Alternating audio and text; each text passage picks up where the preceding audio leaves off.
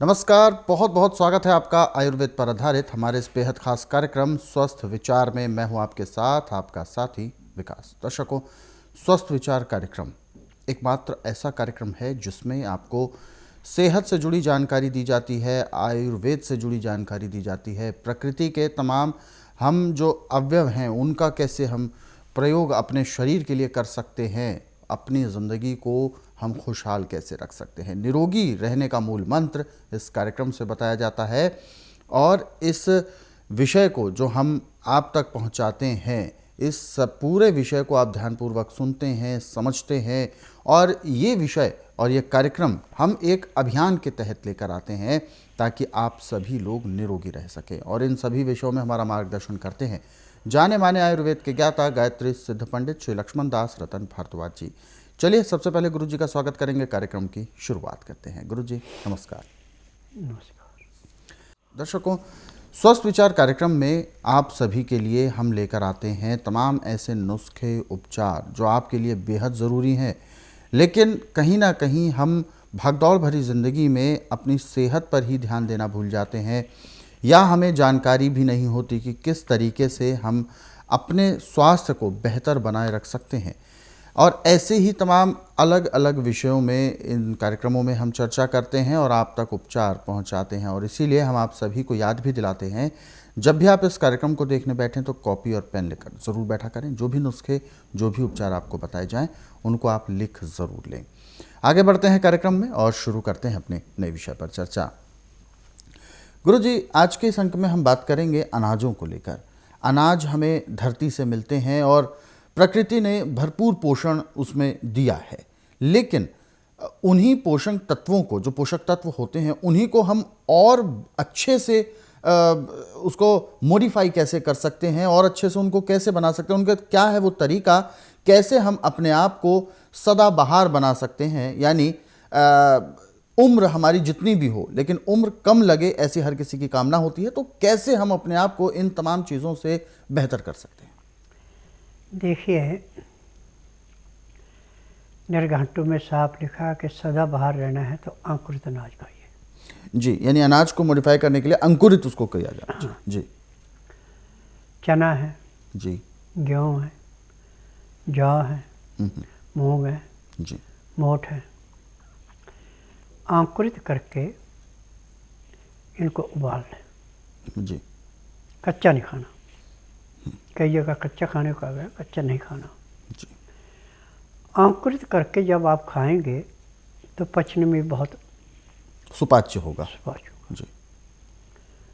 और अंदर जाके सफाई ऐसे करते हैं जैसे मैले कुचैले कपड़े को गर्म पानी में सोडा डाल के निखार के साफ करते हैं, ऐसे अंदर से साफ करता है। और इससे खून की शुद्धता होती है। जी। हम गलत खान पान से खून के अंदर कोई इन्फेक्शन हो गया तो उसको समाप्त करता है। जी। अब हर 6 महीने बाद नवरात्रे आते हैं। जी। चैत्र के नवरात्रे और सावन के नवरात्रे। जी। इन नवरात्रों में जौ के ज्वारे उगाए जाते हैं और कोई 8 दिन नवरात्रि रखता है, कोई 9 दिन रखता है। तो इसमें जो ज्वारे उगाए जाते हैं, इन ज्वारों को हम अपनी दानगी में देवी का आदर सत्कार नहीं कर रहे, निरादर कर रहे, या पोखर में या नदी में बहा देते हैं। बहाने से पहले यदि जो अंकुरित है, जो इसके टहने निकले हैं ऊपर, इसको काट करके और इसका जूस निकाल करके हम पीते हैं तो अंदर से पेट की सफाई होती है। जैसे गाड़ी के इंजन को हर 6 महीने बाद ओवरहालिंग किया जाता है, पूरी सफाई की जाती है, ऐसे पेट की सफाई होना भी जरूरी है। क्योंकि गलत खान पान से पेट के अंदर जो आंतों में नाज फंस जाता है, जो नहीं निकलता, बीमारी पैदा करता है, उसको सफाई करने के लिए ये ज्वारे हैं। अब इनका और भी नियम है कि ज़रूर नहीं है कि आप नवरात्रों में जब भी आपको थोड़ी सी पेट में गड़बड़ी लगती है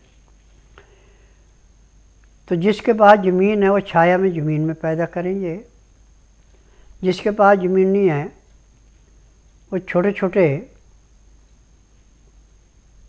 तोले ले ले मिट्टी के या गमले लेने छोटे, उसमें गोबर की खाद और दोमट मिट्टी मिला करके 100-100 दाने एक एक गमले के अंदर बीजें प्रतिदिन। परंतु दाना जो है 1 इंच से ज़्यादा नीचे नहीं जाना चाहिए। और बीजने के बाद उसके ऊपर 2 दिन के लिए जूट की बोरी है तो वो रख दें, नहीं तो अखबार का कागज रख के ऊपर किसी चीज़ से ढक दे कि कागज उड़े ना। तीसरे दिन उसको उठा दें तो चौथे दिन आपके अंकुरित हो जाएंगे। अंकुरित होने के बाद एक गमले के अंदर आप 20 से 25 ग्राम पानी छिड़काव कर दें। अब इससे आपके ज्वारे बड़ी जल्दी से बढ़ना शुरू होंगे।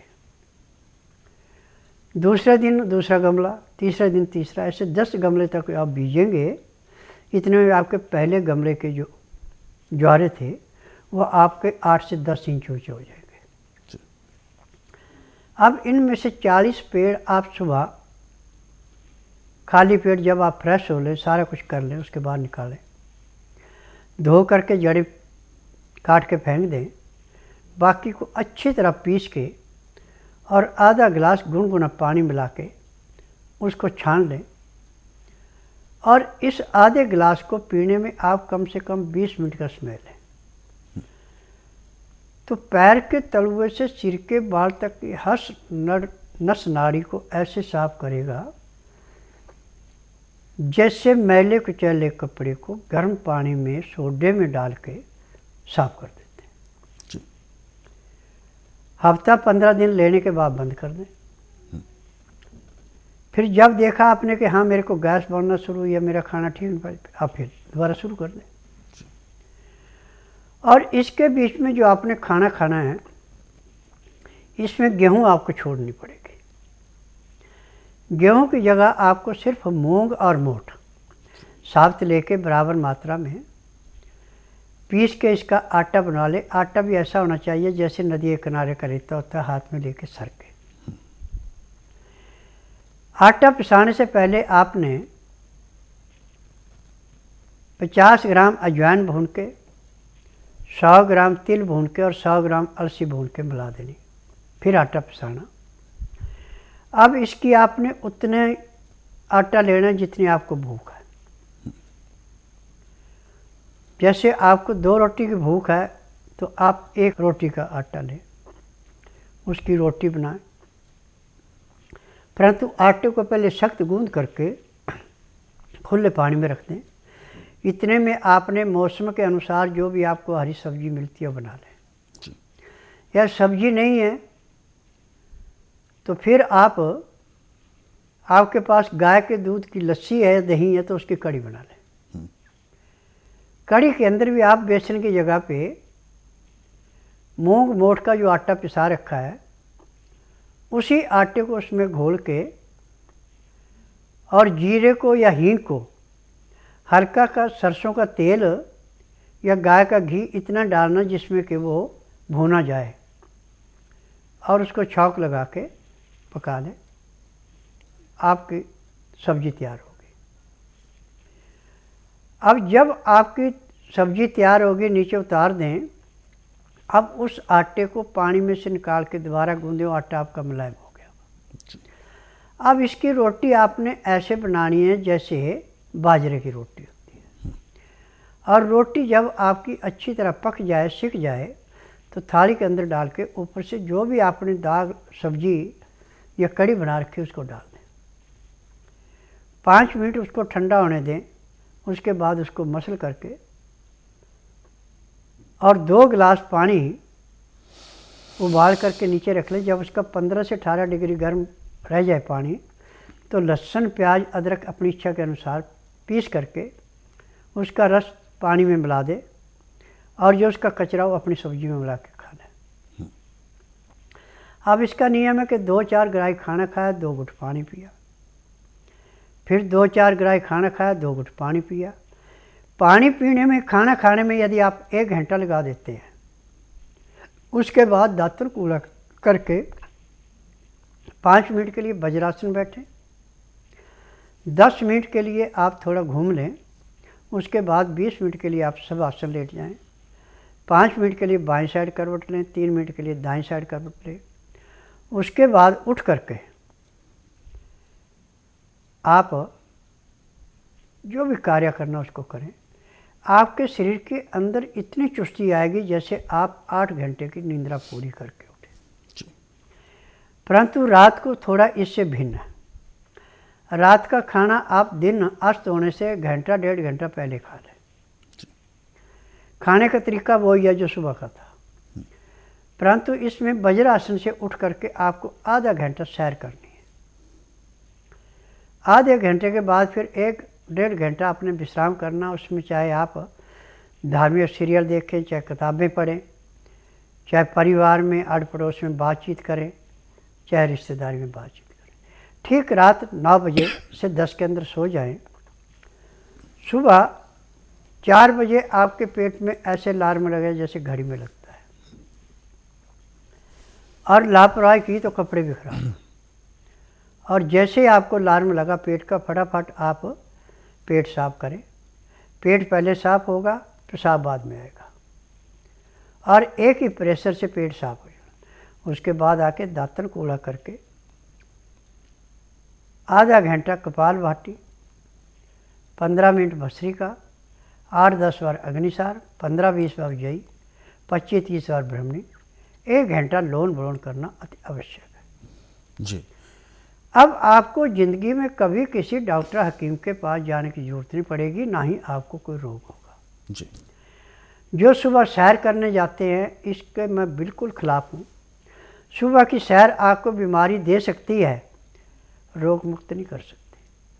परंतु यदि आप आधा घंटा कपालभाति, 15 मिनट भस्त्रिका, 8-10 बार अग्निसार, 15-20 बार जयी, 25-30 बार ब्रह्मणी, 1 घंटा लोन ब्लोन करते तो आपकी 20 किलोमीटर की सैर हो गई जी।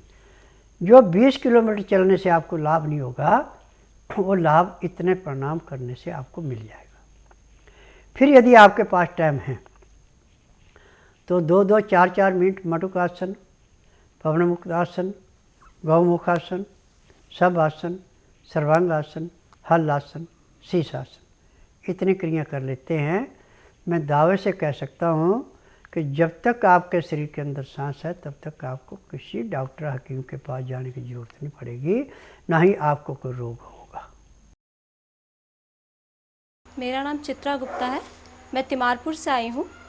पिछले 1 साल से मुझे बैक डिस्क की प्रॉब्लम थी। मेरी सारी नसों में बहुत ज़्यादा खिंचाव रहता था और पूरे शरीर में बहुत ज़्यादा दर्द रहता था। मैंने काफ़ी जगह इसका ट्रीटमेंट करवाया बट मुझे कोई रिलीफ नहीं मिला। जितने प्राइवेट डॉक्टर्स मुझे रेफ़र किए मैंने सबको दिखाया लेकिन मुझे कोई रिलीफ नहीं लिया था। 25 दिन की मैंने फिजियोथेरेपी भी मिली जिससे मुझे कोई आराम नहीं मिला। सारे डॉक्टर्स को पता नहीं लग रही थी कि क्या प्रॉब्लम है क्या नहीं। फिर मुझे MRI के थ्रू कंफर्म हुआ कि मुझे बैक डिस्क की जो बैक में डिस्क होती है उसकी प्रॉब्लम है। कहीं से मुझे आराम नहीं आया। उसके बाद मेरे मामा जी मुझे यहाँ पे लेके आए। मैं पिछले 1.5 महीने से इनकी दवाइयाँ ले रही हूँ। पहले जब मैं यहाँ पे आई थी तो मेरे को खाली पेट आना पड़ा था। इन्होंने मेरी नब्ज़ देखी और नब्ज़ देखते ही बता दिया था कि मुझे बैक में प्रॉब्लम है। जब मैंने इन्हें दिखाया, इन्होंने मुझे दवाइयाँ दी। उन दवाइयों से अभी तक मैं 80% ठीक हो चुकी हूँ। अब मुझे कोई भी प्रॉब्लम नहीं है। पहले मैं कुछ भी नहीं कर पाती थी, टोटली मैं बेड पे थी। मुझे नहाने में प्रॉब्लम थी, कहीं भी जाने में बहुत ज़्यादा दिक्कत थी, लेकिन अब ऐसी मेरे साथ कोई भी दिक्कत नहीं है। मेरा नाम स्नेहलता है, प्रताप नगर में मैं रहती हूँ।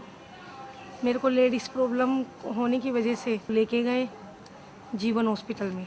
जीवन हॉस्पिटल में चेक करवाया तो उसमें मेरे को रसोली और कैंसर, यूट्रस के अंदर दोनों चीज़ें बताई। CT स्कैन होने के बाद उन्होंने बताया कि इसकी जड़ें फैल चुकी हैं, इसको तुरंत इसका ऑपरेशन होगा। फिर उन्होंने तुरंत ऑपरेशन किया। ऑपरेशन के बाद भी मेरे को बहुत परेशानी रही। ब्लड मेरा जाता रहा, ब्लड रुका नहीं बिल्कुल भी। और उसके बाद मेरी बहन ने गुरुजी का एक प्रोग्राम देखा, अगले दिन फिर वो लेकर आई मेरे को। गुरुजी ने नब्ज़ पकड़कर ही बता दिया कि आपको कैंसर का इन्फेक्शन है, आपके अभी भी कीटाणु हैं। 1 हफ्ते के बाद ही मेरे को काफ़ी आराम मिला। धीरे धीरे मैं चलने लगी, खाने पीने भी लगी।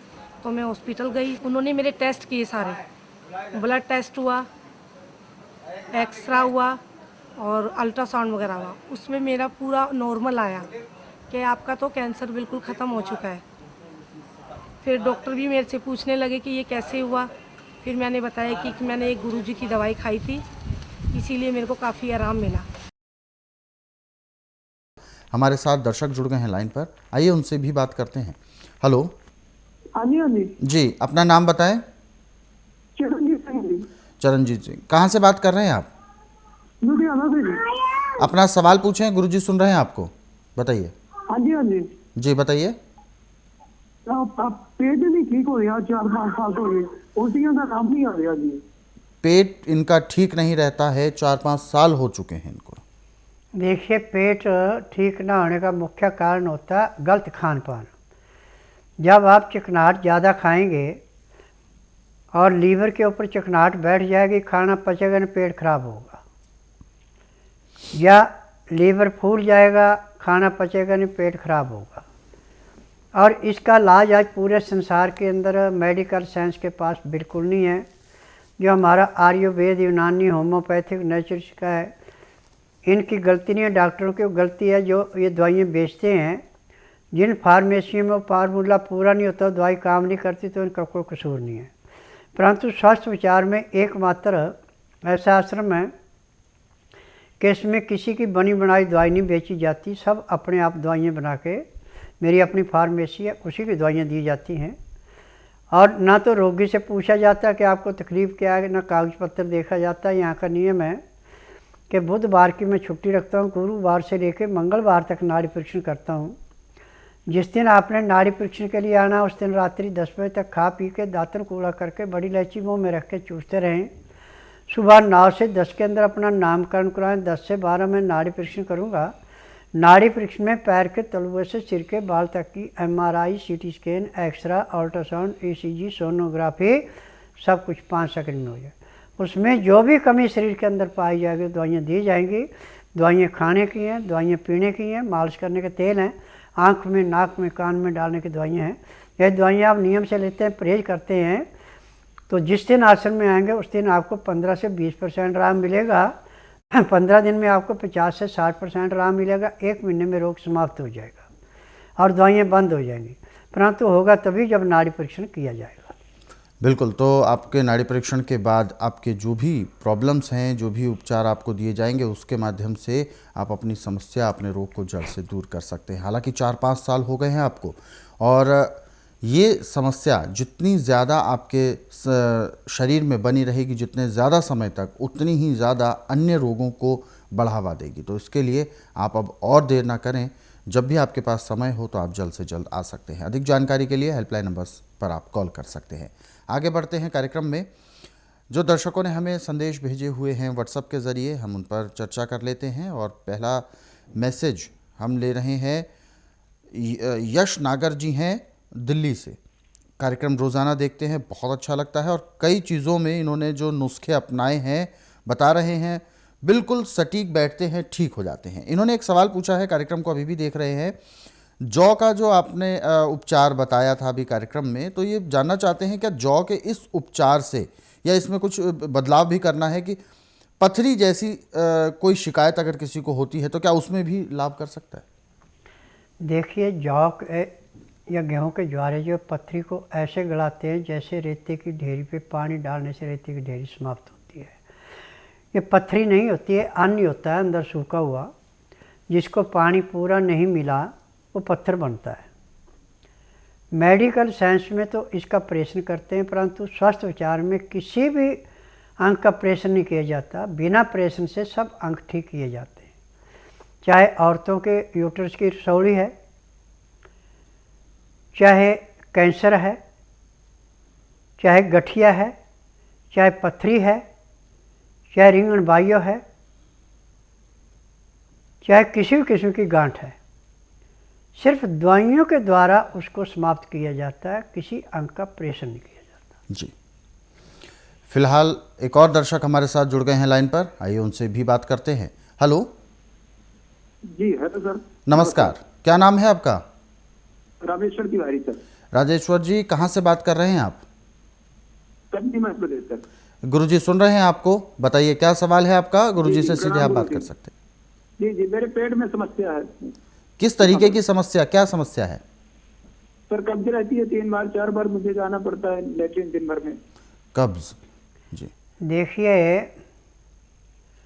3-4 बार जब आप जाते हैं तो आपको सिंगरणियाँ पैदा होगी, आंतों के अंदर सूडे बनते हैं, आंतों में जख्म हो जाते हैं, थोड़ा सा कोई चीज़ खाई पी तो उसका प्रेशर बनता है, नीचे उतरता है, दर्द भी होता है और पेट भी पूरा साफ नहीं होता। इन चीज़ों का उपचार पूरे संसार के अंदर एलोपैथिक के पास नहीं है। जो हमारा आयुर्वेद, यूनानी, होम्योपैथी और नेचुरल का है, इन्होंने भी जो आप दवाई बताएंगे दवाई देंगे, कुछ दिन दवाई काम करेगी, उसके बाद वही दवाई काम करना बंद कर देती है।